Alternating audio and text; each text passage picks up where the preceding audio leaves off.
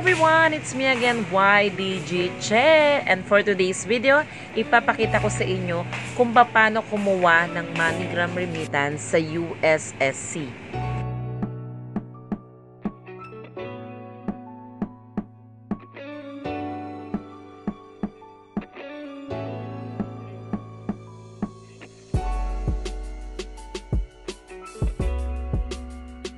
Guys, dito sa USSC Remittance Center, paperless na sila.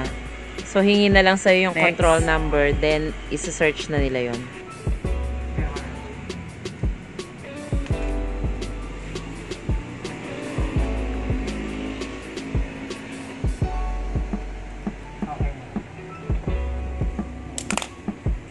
Sa pag-claim ng remittance ko, I have presented 2 government-issued IDs. Yeah, may limit ba pag yung pag-receive ng pera? Depende pag sa MoneyGram? Depende lang sa pupuntahan mo kung may pondo. Depende. Pero kahit halimbawa mag-withdraw ng 100,000. Pwede naman. Pwede naman. Kahit more than pa. Basta may pondo, no? Tapos 2 valid ID lang. Pero pwede rin bang isang ID? Kailangan 2 ma. Malaki kasi. Halimbawa, estudyante kuya. Ano yung pwedeng Estudyante lang sa 18 dapat? 18 pataas mo. Hindi pwede mag-receive pag wala pang 18. Okay. Kuya, NBI clearance ba pwedeng ID? Pwede mo, pero kailangan pa rin ng isa pag ganun kalaki. Kumbaga supplementary lang yung NBI clearance. Okay. Or police clearance, pwede rin. Pwede rin.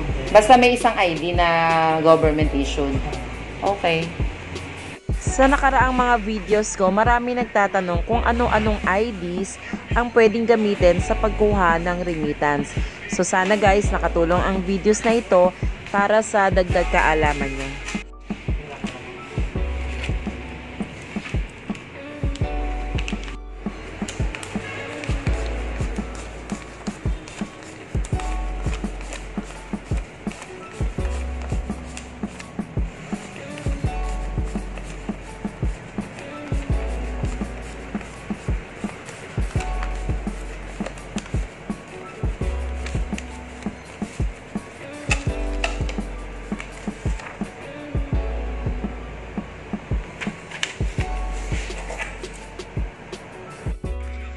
Thank you for watching guys, and sa lahat ng hindi pa nakaka-subscribe sa aking YouTube channel, just click the subscribe button and click the notification bell para updated kayo sa aking mga susunod na videos.